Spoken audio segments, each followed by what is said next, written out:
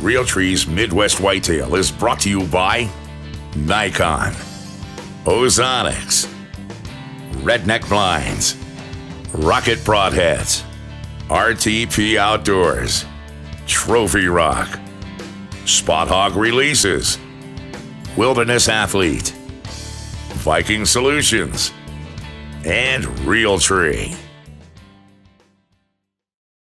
I'm out here getting some work done on the farm. It's Sunday, September 24th, and I won't be down again for 2 weeks. We're going to start the season down here October 7th.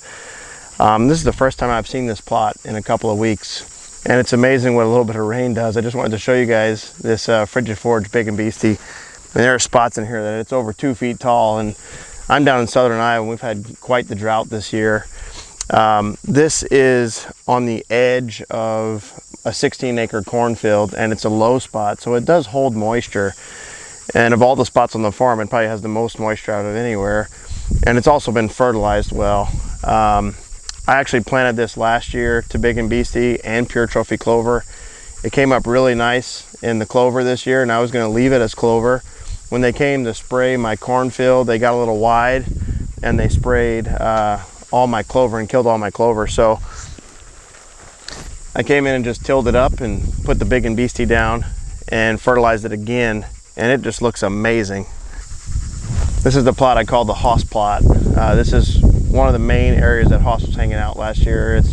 I filmed them out of a tree stand just right here out of this corner on Christmas, right around Christmas time, Christmas Eve I believe it was.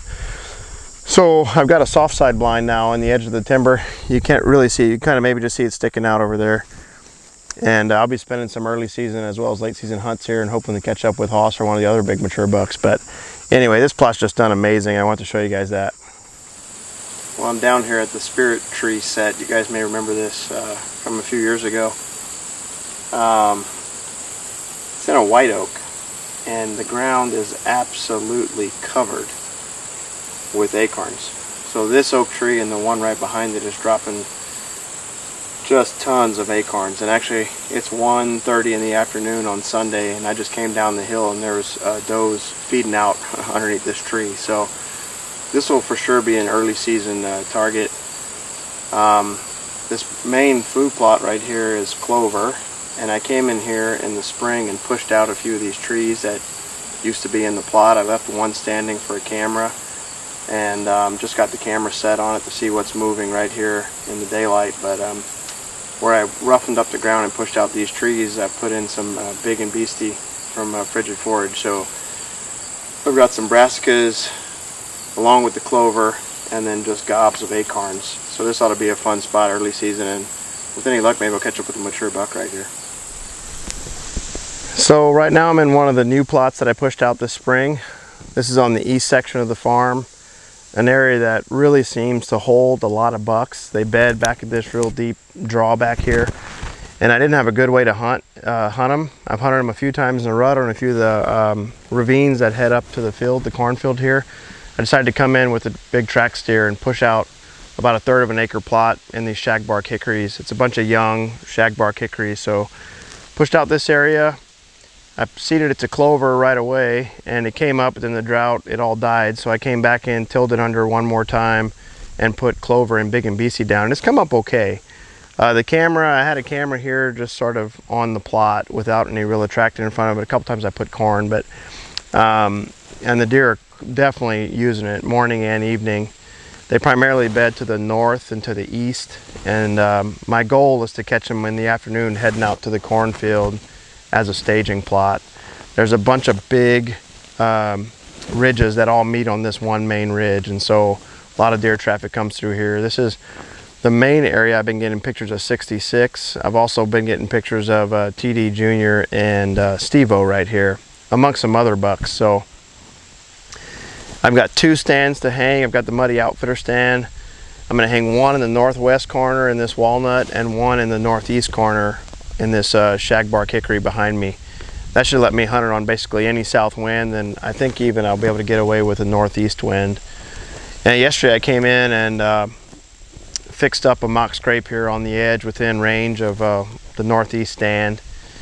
It's under an oak tree that historically was a big scrape site on this old ATV trail that I put the plot in next to.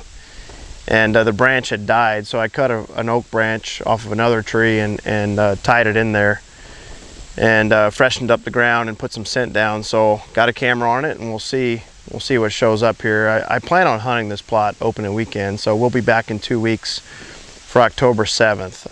It won't technically be opening weekend. Opening weekend Sunday, October 1st, and I got to work that weekend. So the first full weekend of the season, we'll be down here, and this will be one of the plots you'll see us in the tree hunting. So I'm gonna get to work and get these stands set. Well, that's gonna wrap up the projects for the weekend. I got these 2 sets hung, and this will be, I'll be in here opening weekend, or on the 7th and the 8th, as I mentioned earlier. This food plot and the other new food plot I put in this year, which you guys will see soon enough, are the 2 I'll be targeting. This is where all my daylight active bucks have been lately. That'll be TD Junior and 66, I believe, will be my 2 primary targets early in the season. TD Junior especially. I've been through about half the trail camera cards so far this weekend, and he's been daylight active quite a bit. He was daylight active Sunday night when I shot my buck. Right about the same time, he was underneath the redneck blind out here working a scrape. So if he keeps that up, I ought to have a good chance at him. Otherwise, next time I'll be out, we'll be in town this weekend. This week, during the week after work, I should get out 2 or 3 times. Looks like a cool front's going to come through on Tuesday, and the highs will be in the 60s. So I'm hoping to knock down at least 3 does this week, and potentially even this coming weekend. Like I said, I won't be down here October 1st. I might go out on that farm that I help manage near town.